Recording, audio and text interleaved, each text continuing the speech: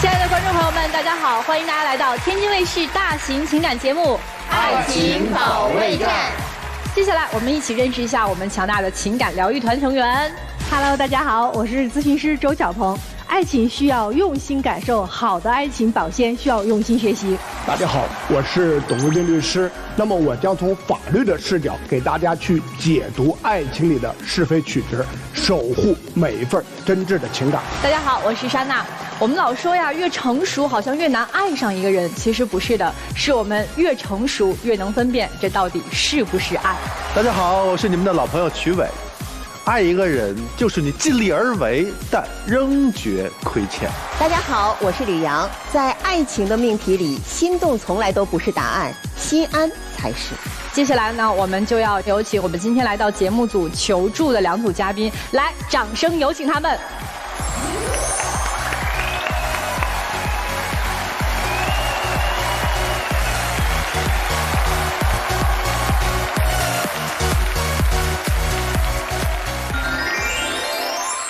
首先要疗愈的是本期第一对情感嘉宾文先生，33岁，来自湖南；个体陈女士，32岁，来自湖南；个体。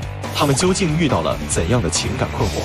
你们的感情面临最大困境是什么？他现在当老板了，飘了，觉得搞事业比陪伴孩子更重要，想把我一个人赶回老家，他好在外面潇洒。我俩天天吵，他想怎样就怎样，放心不下孩子，对我也不放心。我在外打拼，他觉得我在享福。你们参加节目的目的是什么？我想各位老师劝劝他，和我一起回老家创业。如果钱挣到了，家散了，我觉得不值得。目前我是不能放弃事业的，我想让他做出妥协，顾虑不要太多，不能既要又要还要。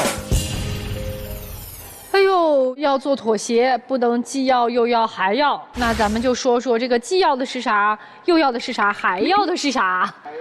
你们2个人结婚多长时间了？我们俩结婚的话已经有10多年了，大概11年左右。有几个娃？2个娃。2个娃，2个娃现在都在广州吗？没有，在老家，在湖南上学。大的已经上初1了嘛，小的上2年级。陈女士，你是一直跟着他在广州创业，还是说后来又去的广州？大概是2年之前嘛，我才来到广州这边。那之前的话呢，因为我全职妈妈嘛，有一次就是晚上的时候，我不是在家里带小孩吗？那小孩的话，可能就是有时候他会想自己的父亲嘛。我们就是打视频啊、微信啊，打了差不多有10多个，就是他一直没接。但是后面的话呢，我也想着再打几个嘛。后面是有人接了，但是是一个女的啊，我就问她，我说你是谁？那她说她是同事，那我就说我说现在她人呢？她说她喝醉酒了，在外面应酬嘛，现在不方便接听电话。你这边有什么事情啊？我说我家庭事情嘛，我说不方便跟你讲。我当时很气愤的。你没有告诉她你是谁吗？我没告诉她呀。你为什么不告诉她你是谁呀？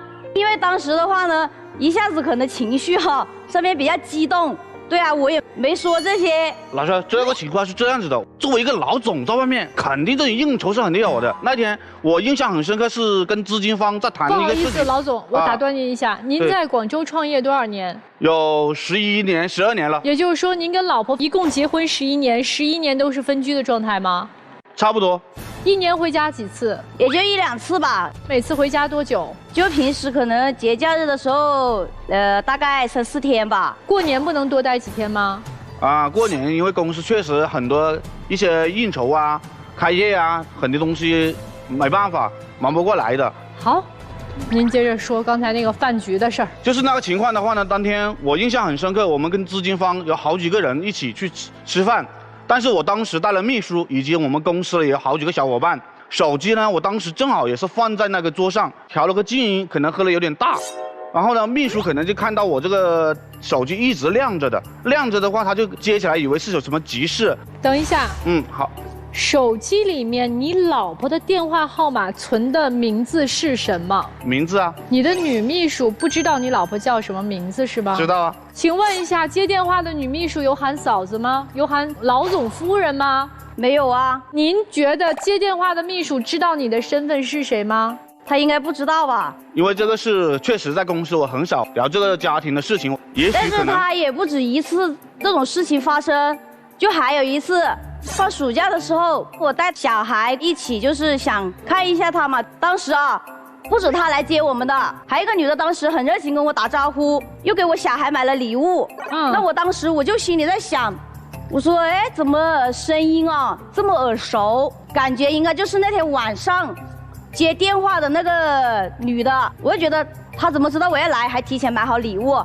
那肯定她告诉她的嘛，她提前备好礼物就是想收买我小孩嘛。那我就是怀疑他们有不正当的关系啊。这个情况是这样子的，那天正好有个客户在南站，我们正好呢去签份合同。当时我可能一个老总不可能盲目一个人去签这份合同吧，带个秘书过去很正常嘛，对不对？当时比较晚了，我就说正好小孩和我老婆过来了，那秘书肯定就跟着我一起，因为我如果我直接下午送他过去的话，那我晚回来再来接你们肯定是不够的。当时也跟你解释了，你一直疑神疑鬼，疑神疑鬼，以为什么？秘书让他自己打车走不就好了吗？哪个老总会送女秘书啊？其实说实话啊，这么多同事跟着我们这么多年，从创业一直跟着我们的，基本都是兄弟姐妹一样了。那这个东西有的时候作为哥哥去送啊，一些同事之间很正常关心一下。那男女之间哪里有什么哥哥妹妹之类的？那肯定有不正当的关系啊，是不是？行，我先不探讨这个问题。接下来你还有什么发现？有一段时间啊，小孩子这里嘛，不是经常会拿他手机啊玩一玩呀，是不是？我是无意当中啊看到的，他会有一些聊天记录嘛，但是那头像的话呢是女孩子头像，聊天信息的话呢也非常的暧昧，就是比如说约他到哪里吃饭呀，而且这又不是正常的工作时间，这大部分都是说6点之后晚上的一个时段。所以因为这些怀疑，你就杀到了广州，是吧？是的，我差不多是2年之前来的吧。2年之前到了广州之后，其实相当于是把孩子交给了婆婆在带。到了广州之后，是一直在没有工作的照顾他，还是说进入到了他所谓的创业的公司？我是直接进入他公司里面的，就是因为我很多年了嘛，相当于也差不多有8、9年没有进入职场这一块嘛。对，那肯定跟社会脱轨了嘛。那我刚开始进入他公司的时候，会出现一点错误嘛，那他呢犯了一点点小错误，就当着同事的面对我大呼小叫。但是你一进公司又是查流水又查账目，我的公司跟合伙人一起开的，又不是我一个人开的。你为什么去公司第一件事要查账？因为这么多年来，虽然说他每个月是有打生活费给我们，但是有时候我跟他聊天的时候，我说你这个月发了多少工资，对不对？然后你到了年底的时候，你今年1年下来到底是赚了多少钱嘛？以前他不跟你说吗？没有详细的一个数字，只是说，我挣了一点点钱，一点点钱。他后面我给他安排了一个文职工作，一份50万的合同，让他去做一下。他给我做成了一个500万的合同，还好我们当时发现了及时，没有流出去，在公司内部就搞定了。如果流出去的话，你想一下公司要损失多少钱，损失多大，这个利益是谁来承担？我承认是可能不够细心，犯了错误，但是他也及时发现了呀，并没有说造成多大的损失。那你回去后为什么又不给我做饭，还不让我上床睡觉，还跟我吵闹的？那你为什么对于公司新进来的员工都非常好？我就觉得他对我漠不关心啊。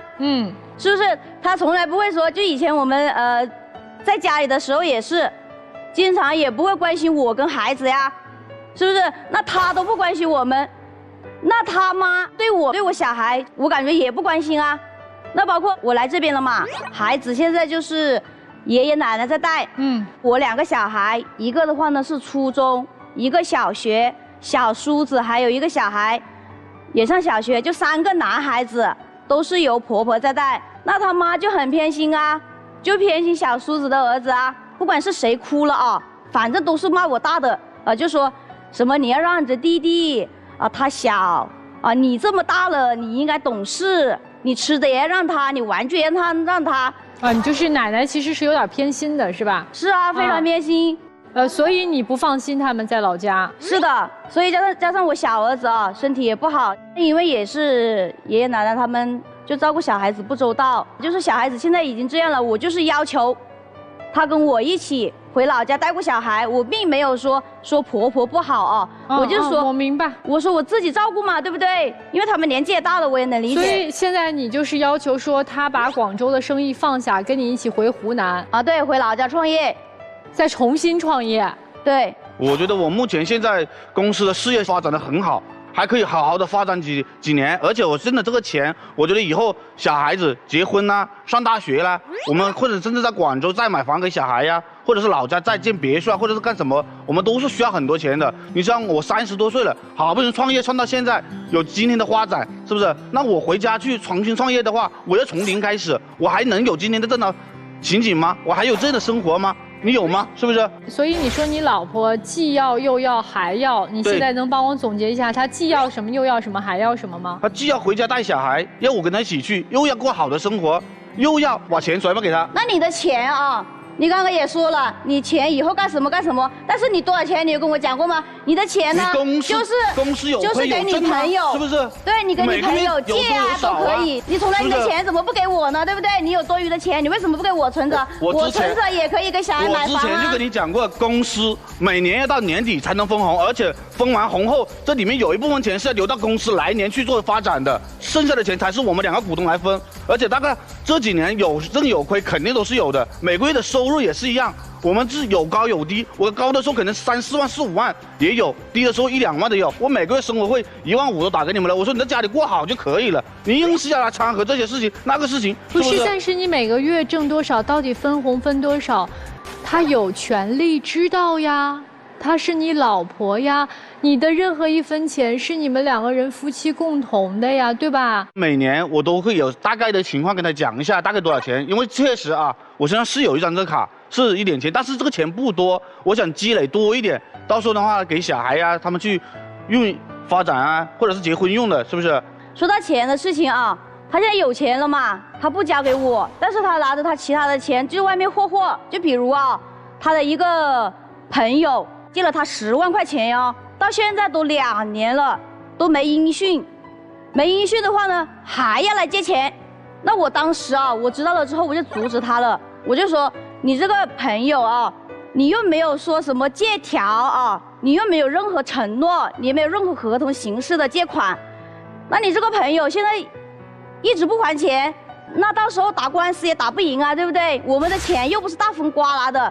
他因为这个事情啊，跟我吵架，还跟我动手，然后后面的话呢？动手了吗？是的，我抢了他手机嘛，我抢他手机不让他转，但是他后面啊也转过去了。哦，偷偷的还转了。这个只是一件事情，他朋友多嘛，经常朋友打电话借钱，今天借几千，明天借几万，而且又不是说借一次的这种，他有的朋友重复借，但是他就是老好人啊，就往外面霍呀。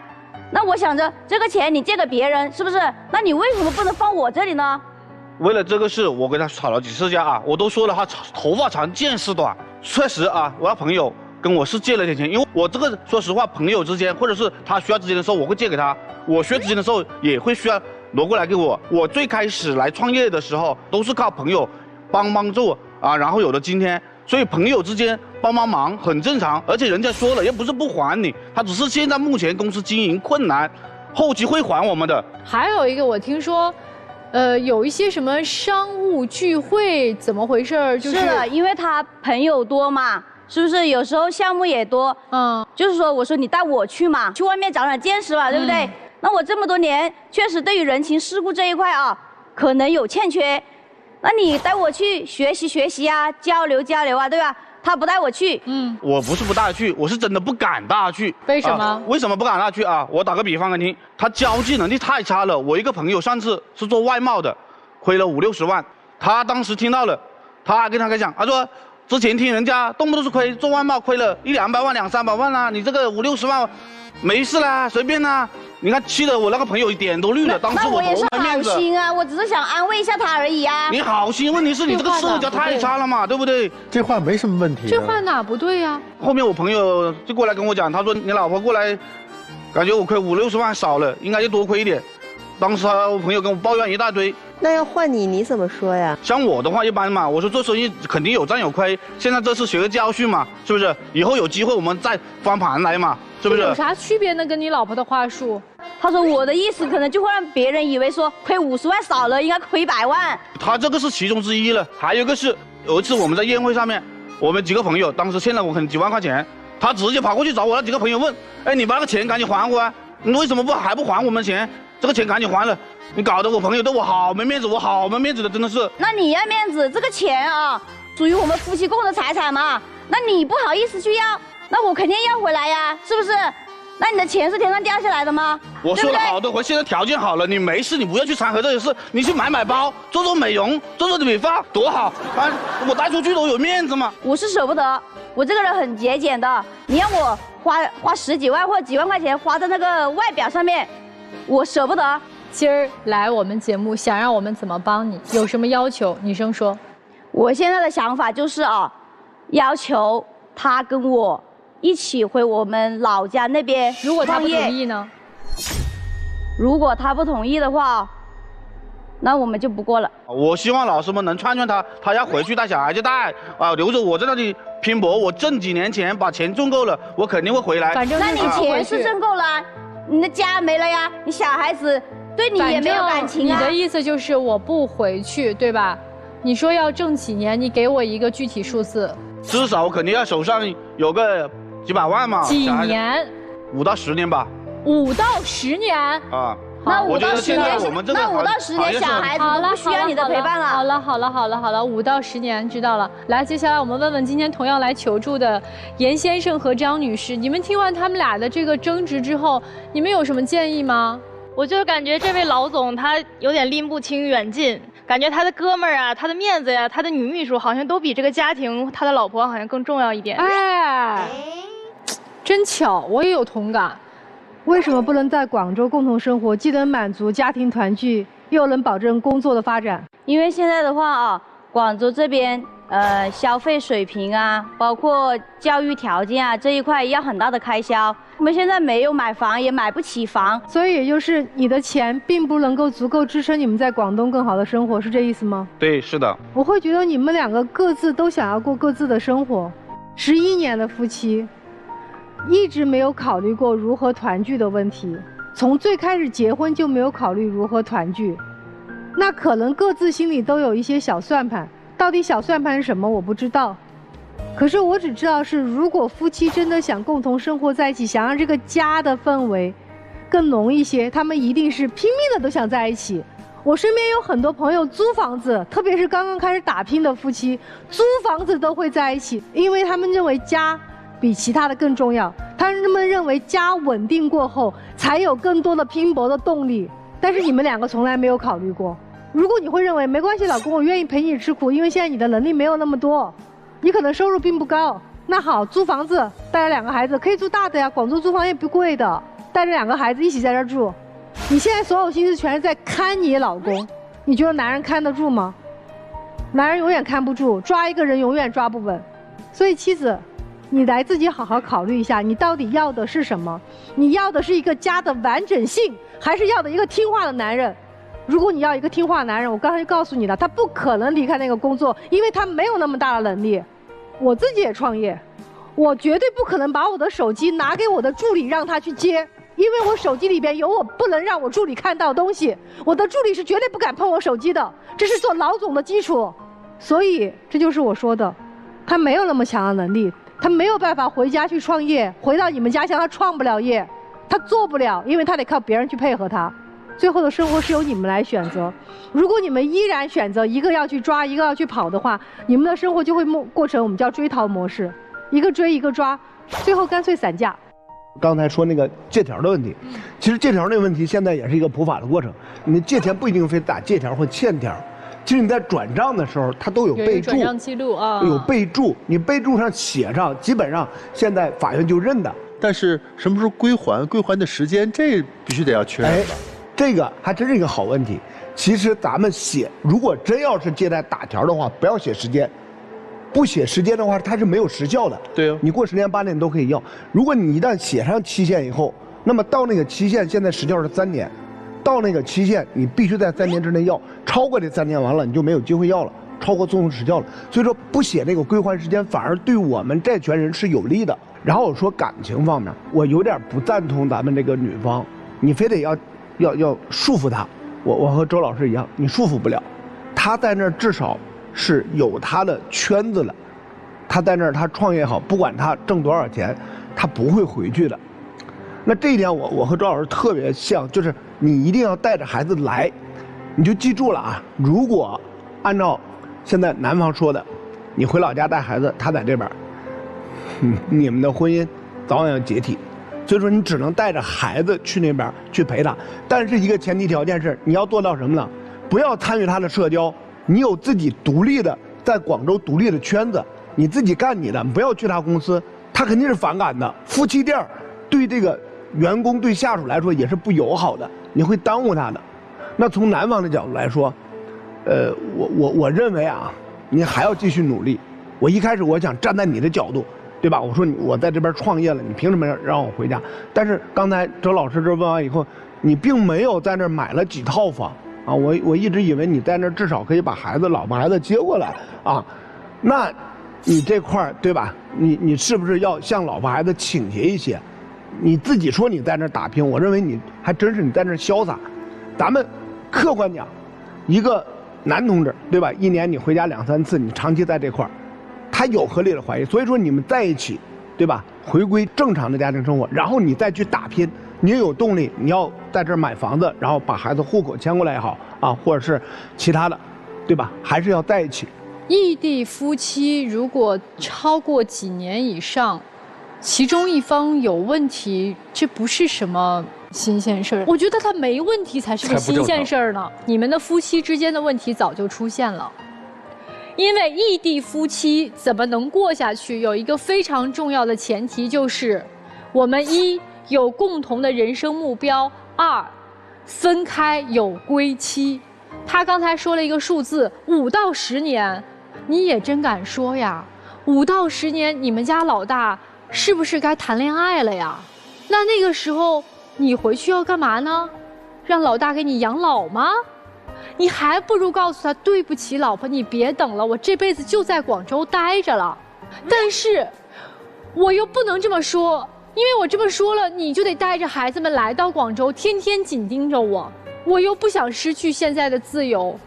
所以其实说白了，一个没有归期的男人只能给你开一些空头支票。你提出那个幼稚的问题，你觉得这个解决方案它能实现吗？啊，你广州全都不要了，你想什么呢？所以我目测婚姻近几年之内会解体的，要不然就是一直是以这样的一个状态持续下去，过也过不好，分也分不掉。那么我觉得对于陈女士，我有一个非常中肯的建议给到你，你现在要尽快的把注意力转移回到自己的身上，因为你确实这儿有点空了。你都没有办法关注到你应该关注的事情上，不是说去花几万块钱搞自己的衣服、买包包、做皮肤，不是。我觉得你要用知识武装自己。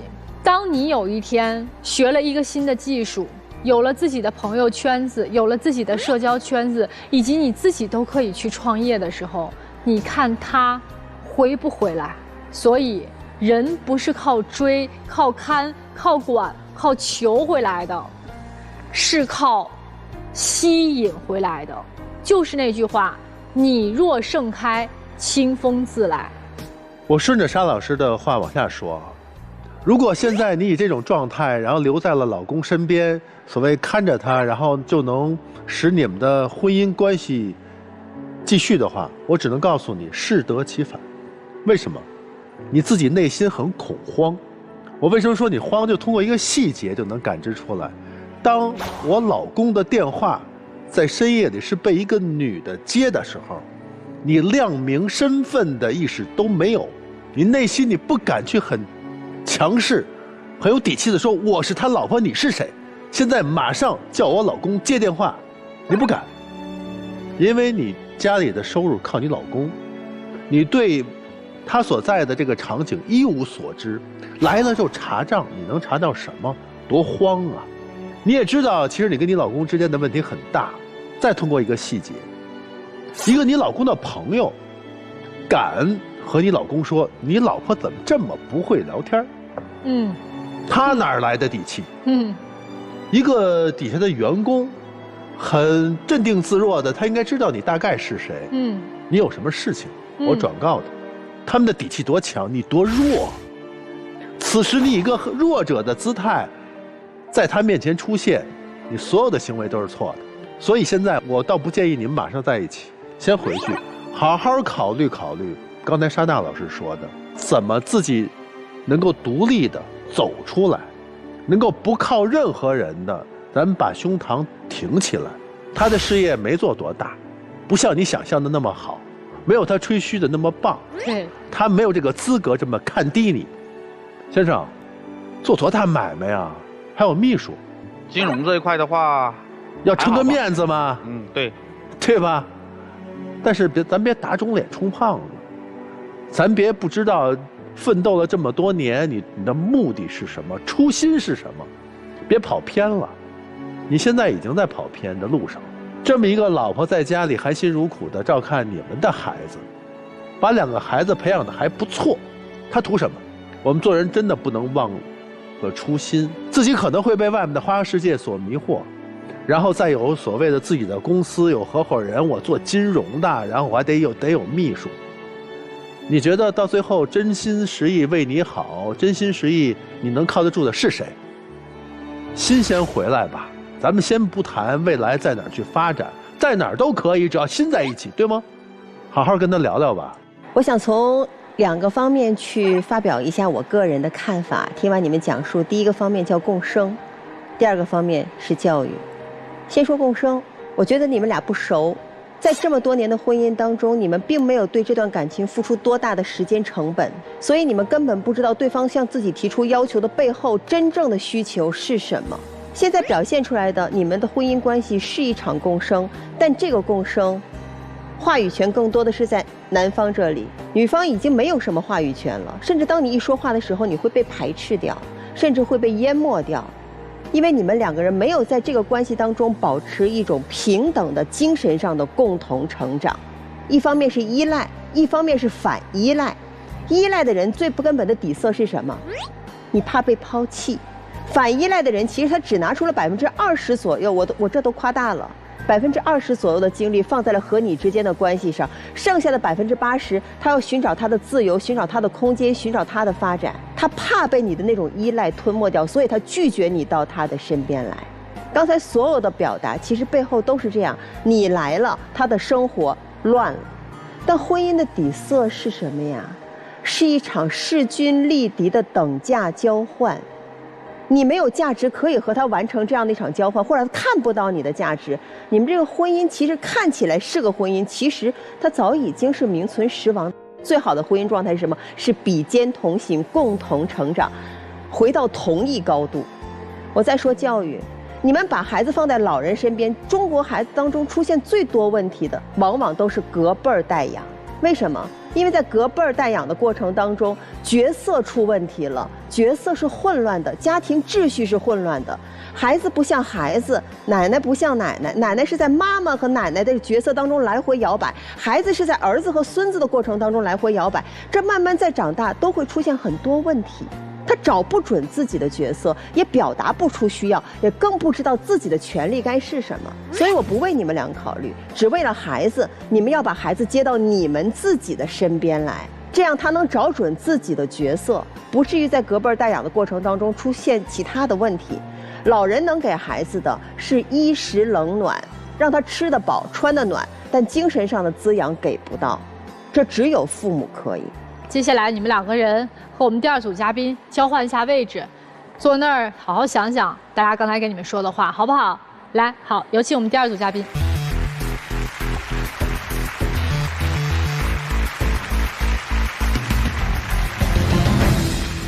本期第2对情感嘉宾严先生，31岁，来自辽宁，自由职业；张女士，31岁，来自黑龙江，餐饮店老板。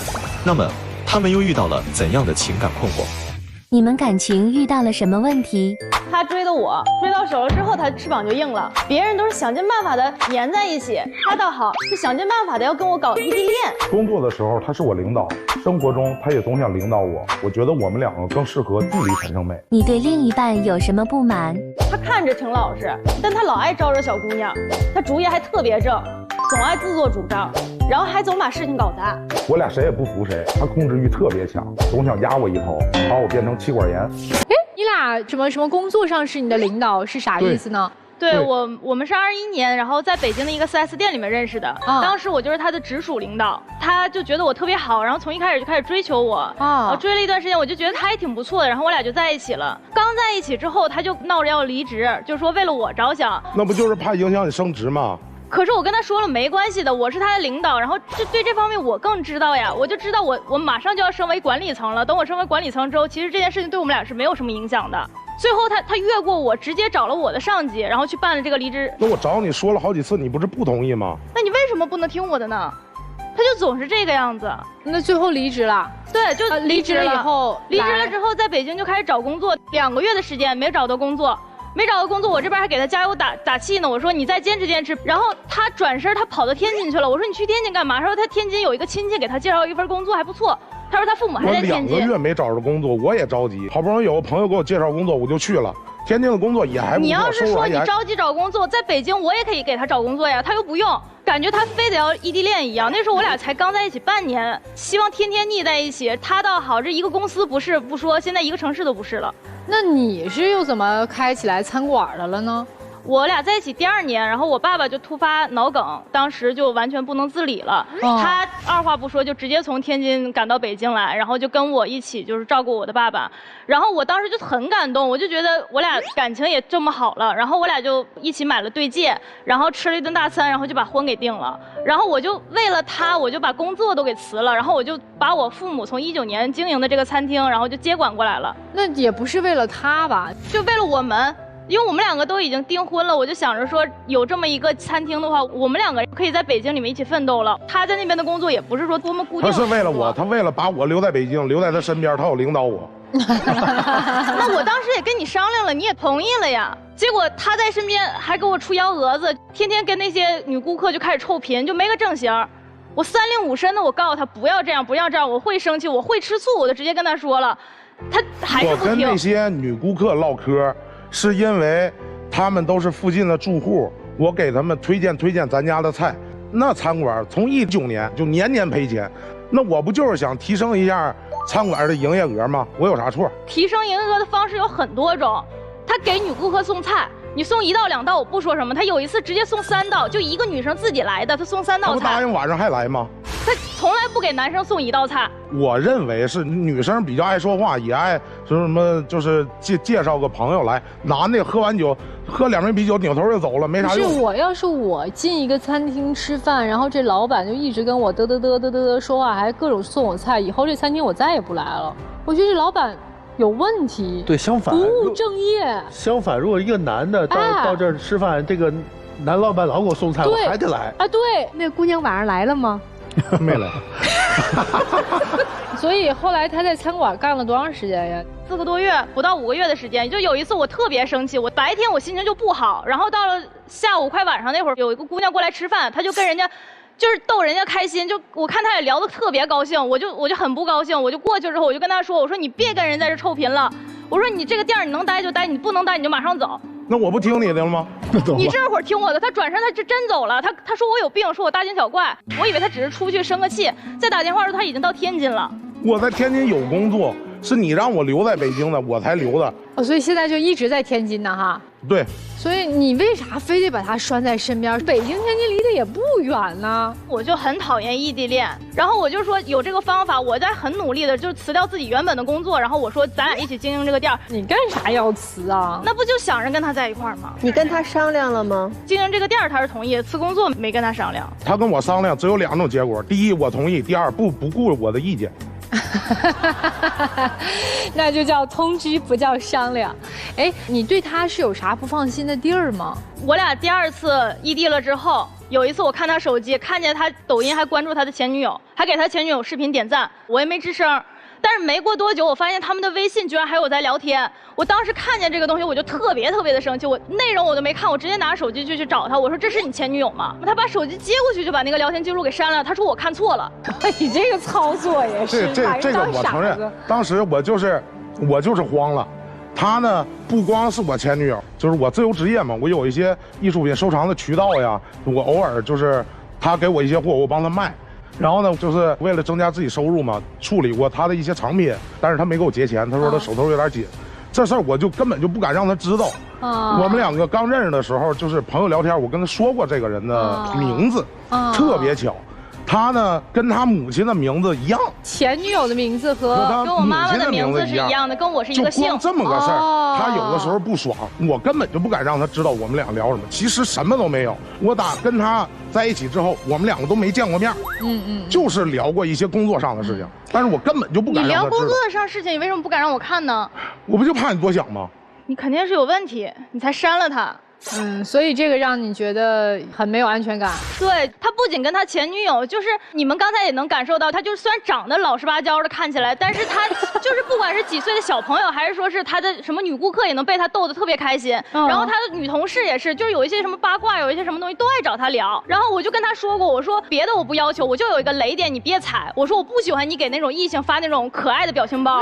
我说你长得这种那些表情包都是你发给我，我觉得好我才收藏的。啥样的表情包呀？我也带截图了我们看看。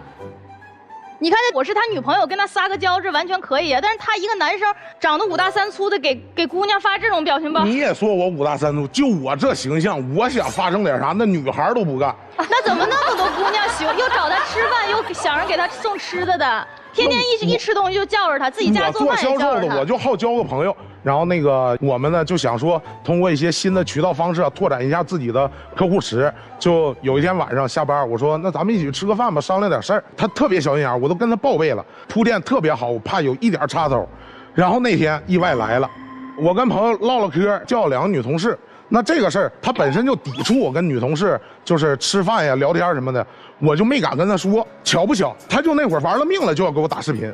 那你到点了，你说好10点给我打视频，你10点都不到了，我肯定担心你啊。马上就要结束了，就不行，就非得在那接。然后一接一看对面有俩女的，那俩女的他还认识，还有一个跟他不对付，立马就炸锅了，一宿就跟我吵吵一宿，就告诉我在天津就待不了了，就得回北京，就得在他身边接受他管辖领导。就是他也说了，我的雷点他是清楚的知道的，他就是在我雷点上面，他就不去真诚的去跟我沟通或者提前报备。你俩对未来有啥打算呢？我是想着26年结婚，因为其实就是像他说的，我这个店儿是有亏损的，让我家里有点负债，我就想着说是25年1年努力，然后把负债都清了，然后26年我俩就是轻轻松松就去结婚。他又有自己的主意，他就不干，他就非得说每个月要给我打点钱，然后说替我还这个负债。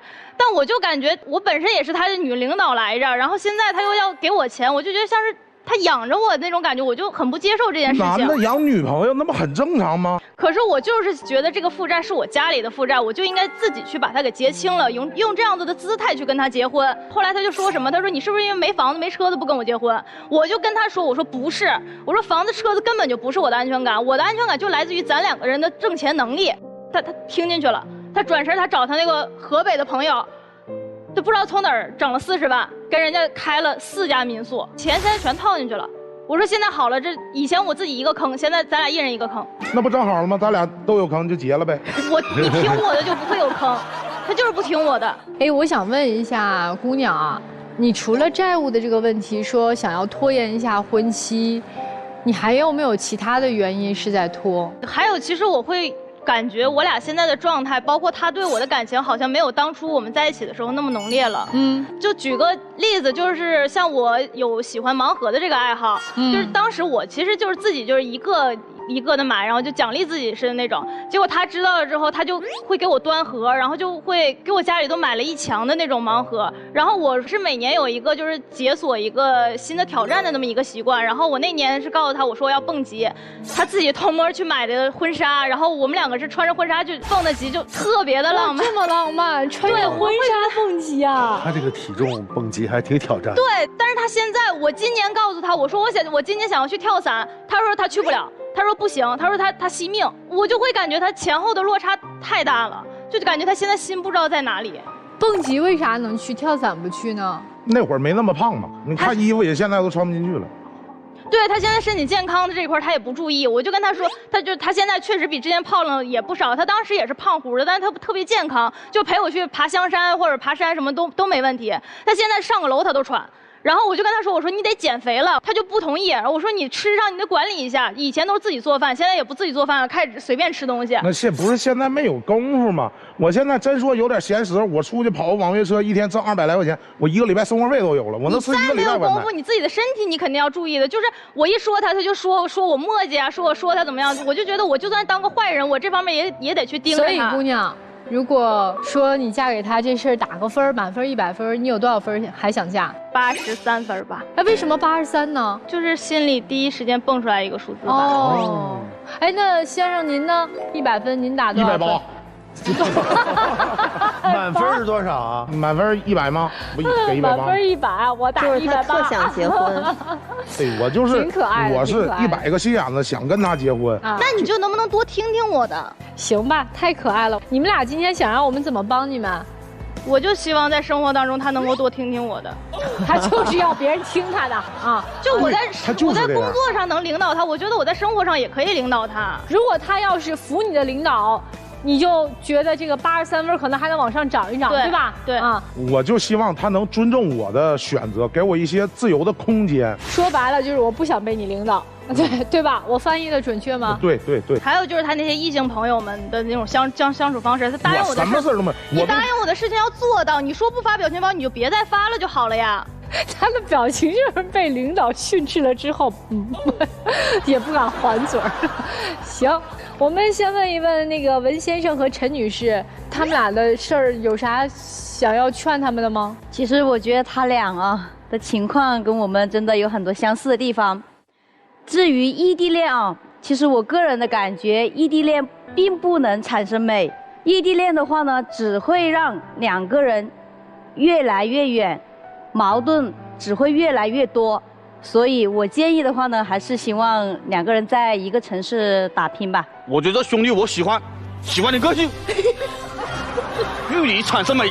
你不是等会儿，你俩是要在台上结拜吗？你这距离也没产生美啊，对呀，距离产生矛盾了，还距离哪儿美了？而且你这距离家都快散了，你一会儿你老婆都不知道出不出来，还在那美呢，你是挺美的。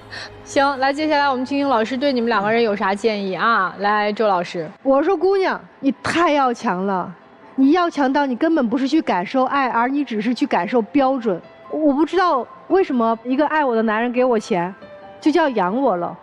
但是我只知道在婚姻当中，2个人就是彼此有难的时候，彼此互相帮助，这可能是一种爱。但你没有看到啊，你要的都是我自己，因为你得听我的，你不听我的，你就是不爱我。可是你有没有想过，如果他都听你的，就不可能有那个浪漫的婚纱蹦极。我觉得真的好的爱就是我要用我的方式去爱你，而你能欣赏我爱你的方式。你只是想要一个能够标准化在你身旁的人，就像那个开的盲盒的玩具一样，他们只是没有生命的玩具，他们只能摆在那个地方任你摆放。但是爱不是，爱就是流动的，他可以今天用这样的方式惹你生气，但他明天会用那样的方式惹你开心。今天他可能做了让你觉得受不了的事情，但明天你会发现你们还是相爱的。所以我觉得你不爱他，你既然不爱他，那你不如放过自己，因为你想要的那种爱永远不可能存在，没有一个人100%永远听另外一个人的，因为没有一个人是100%正确的，这就是世界的标准。其实爱他，我是爱他的，就是他很多可爱的地方我都能看到。你不爱他，你爱的是他听话的，他符合你标准的。是我身上有一些独属于我自己的点，我希望这些点是可以被人尊重的。你那些不是你的点，是你的标准。而你的那些标准是束缚了你去感受爱的。我觉得爱就是一个感受，我感受到他给到我，我感受到他可能害怕惹我生气，所以他做了那些举动，他那些小举动让我看来他就很可笑，但是他还是接了视频，代表什么？代表他其实对我来讲他是愿意坦荡的，他能够透明的呀。他如果真的有隐私，他不接了呀。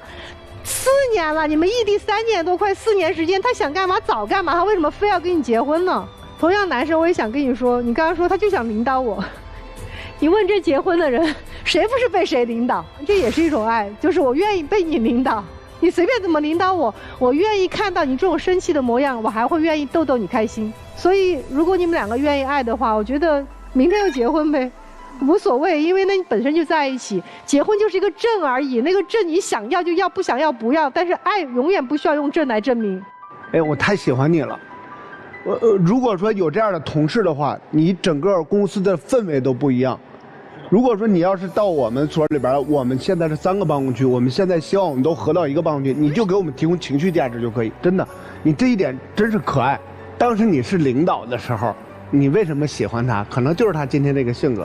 你们在一起干饭馆的时候，他和其他的异性去联系，对吧？这也是他的本性，他去哪儿他都这样。我感觉你改变他，可能就把他身上最大的优点给抹灭了。如果说你当时是因为他现在这个性格啊，我和这个先生都喜欢这性格，你也是因为这性格你喜欢他的话，那你就不要去改变他，因为你当时就是因为你是领导，他的性格吸引你了，你就得接受将来他这个性格继续保持下去。然后还有就是这个异地的问题，男方那就想跟他在一起，那你俩必须得在一个城市。我最后说一个法律问题吧，毕竟我是律师，是吧？那你们这里边包含的一个法律问题，就是在没有形成夫妻关系的时候，可能有财产的混同，这个词儿又来了，对吧？那如果真要是因为这种最后没有在一起，那你看他替你着想，你替他着想，我们把这个所有的钱都放在一个池子里边，那这个是很麻烦的，这个是叫细产了，它不是叫离婚分割财产，它是细产，是非常麻烦的。那个时候就是谁付出的多，谁就吃亏了。还好，你们俩现在没有去考虑到这么深的层次，但是我们希望我们这些情侣还是要考虑这一方面的。大家恋爱的时候，感情特别好的时候，那都没问题。但是，一旦万一有家里边的参与啊，或者有其他的问题导致没在一起，那一下就变成仇人了。其实对你们俩来说，我的第一感觉我还是挺喜欢你们两个人的。我觉得两个人对于感情是有一个清晰的目标的，就是他们都清楚自己要什么。我觉得这个还挺好，明白自己要什么。但是我也能 get 到女生对于男生的那个有的时候那个憎恶的那个点，就是我明明告诉你，我已经告诉你了我的底线在哪儿了，原则是什么，但你一破再破，一破再破。那姑娘既然能被破的，就不叫底线。然后我觉得有一点我想跟你说的是，你一直在要求说这个男生听你的，听你的，听你的。我觉得在恋爱的过程当中，很多女生会混淆，会觉得你听我的就是爱我的表现，但是你不知道有太多的人当面一套，背面一套。如果你一直是用你是否听我的话来作为判断标准和衡量标准的话，那我跟你说，这个世界上没有任何一个人永远能听一个人的话。我就举一个很简单的例子，你能听你妈妈的话吗？也不全听，不就完了吗？所以这个男人跟你毫无任何的血缘关系，只是在一起了3年，他凭什么要完全听你的呢？工作上受你领导，是因为你真的是领导。但如果你把工作和生活都混为一谈的话，你们两个人没有任何的乐趣了。如果你爱他，是因为这个男人愿意服软，愿意被你领导的话，那你可能爱错人了。我觉得人都是独立的个体，我们每一个人在这一生当中有很多的事情要做，我们要谈恋爱，我们要工作，我们要结婚，我们要生孩子，但是每一件事情都是人生当中的一部分。如果你必须要把它放大，放大至你整个生命的话，那这个事儿一定会出错的。我说2个关键词，一个是自信，一个是尺度。自信主要说给女生听。我在家里，我通常管我们家那位叫领导，基本上事儿也都他定，但实际上他知道我是他的依靠。所以真正的自信来自于什么？不在于说谁听谁，来自于实力。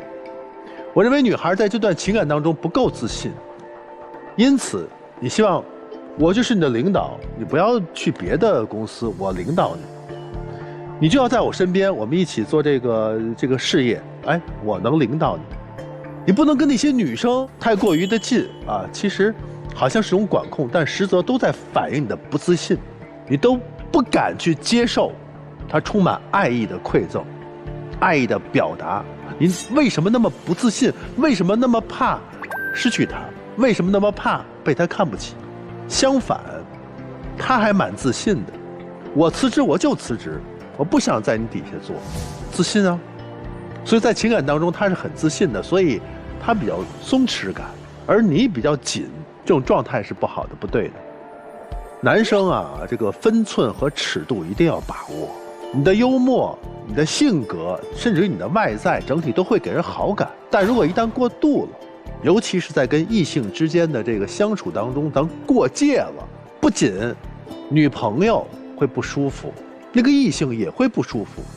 就如同你送了3份菜的那个女生再也不来了，因为你好像是一种善意的，甚至于是一种无害的这种表达。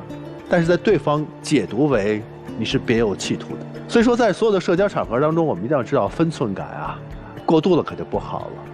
而在你和你的恋人之间，有的时候你也有点过度，过于的强调我可以离开你，过于的强调我不受你掌控，你明知道他其实缺乏自信，但你偏在这个点上去挑战他，以增强自己的话语权和位置。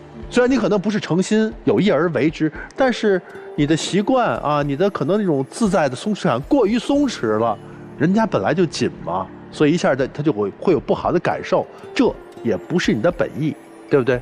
我觉得你们俩挺好的，调调吧。我挺喜欢你们俩的，知道你们2个人这你来我往，给我一种什么样的即视感吗？我觉得特别像一种游戏，叫打地鼠。一个人拿着锤子使劲砸，另外一个冒出个头就躲起来，冒出个头，然后这是一个你来我往，但是又彼此吸引的过程。但是我会有一个小小的建议，你知道吗？就是首先第一件事情，如果想要未来的时间能够很长久的话，首先你们2个人不要捆绑在一起去做一个宏大的目标，做一件事。因为换一个角色讲，女孩，如果男生是用你现在这种一本正的姿态，时时刻刻的去管理你的人生的话，你会不会想跑？你也会想跑。2个人的人生不是捆绑在一起，你就会有更宏伟的发展。恰恰相反，很有可能因为你们2个人太重合了，到最后就变得空间很狭窄。但是有一点，你是可以随时跑，但是你要定点回。就是你们之间要有这种默契的节奏，你知道他几点走，你也知道他几点回，你也知道他去哪儿。你可以时不时的让自己出去透个气，但是他是核心点，他在跑，他会回到你这儿来，所以你就安心的去做自己的事。你如果真的希望你的快乐是很持久的、稳定的，这个不是他给你的，是你把自己稳定住，稳定的去做你想做的事，稳定的去看到你想要的发展。既然适合做打地鼠式的夫妻，就不要老想着我们联手去创造一个商业帝国吧。那接下来呢，2组嘉宾就要先回到转门后面思考一下，到底是否要出来。那我觉得给我们的第1组嘉宾要有一个出来的条件，是否有归期。这个归期可以是男方回去，或者女方就来带着孩子搬到广州，就是它是一个归期，未必是现在。对，要有一个，但是是有一个规划。如果要是有的话就出来，如果没有的话，咱今天不出来，好吧？感谢2组嘉宾来到节目，现在请先回到转门后。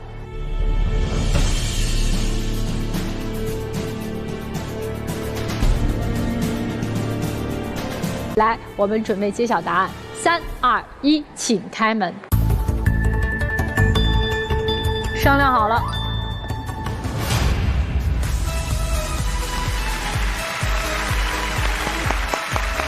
咋商量的？我说决定了，到时候回去马上就买房子。你在哪儿买呀？在广州啊。孩子呢？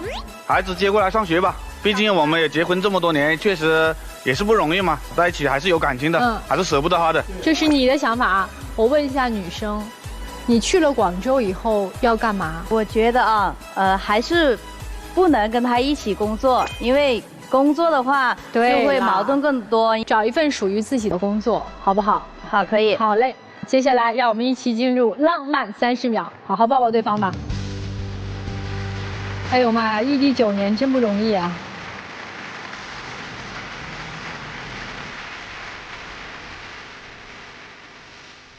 好的，请亮灯。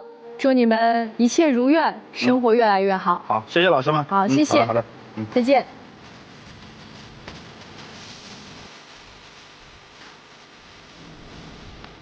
接下来我们要揭晓一下严先生和张女士他们2人的结果了。还有一个好消息就是，如果您有法律类的问题啊，欢迎大家给我们发私信，我们节目有强大的律师团队，可以帮您在节目上答疑解惑。来吧，我们看一看这个小年轻他们2个人怎么选择的啊！3、2、1，请开门。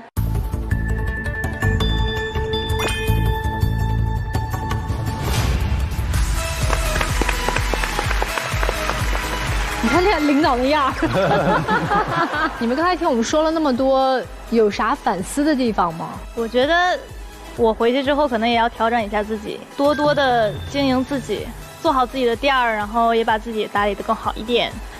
然后也不那么的去揪着他的各种小地方去放大它。对于婚期有啥商量的吗？尽快，还是想尽快。对，尊重女生的意愿，好不好？好。来，剩下的时间交给你们，一起进入浪漫30秒。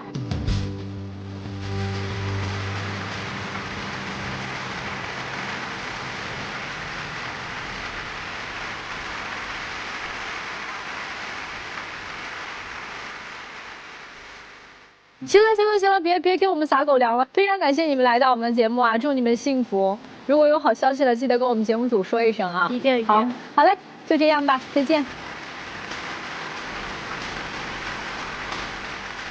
好，接下来呢，让我们一同进入婚恋新说法。我俩订婚快1年了，他给我过了15万的彩礼，但至今他都没有结婚的打算，对我很冷漠。我不想和他结婚了，他让我把15万彩礼还给他。可是他给我的15万，再加上我自己的20万，我付了我们新房的首付，房子是我的名字，贷款也是我还，后续装修家具、家电、采买等等都是我出的钱。如今他说不结婚就把15万还给他，我应该还吗？明明是他一直在耗费我的青春，我不甘心，也不想还钱，请帮忙分析一下。姑娘，很遗憾，你需要还。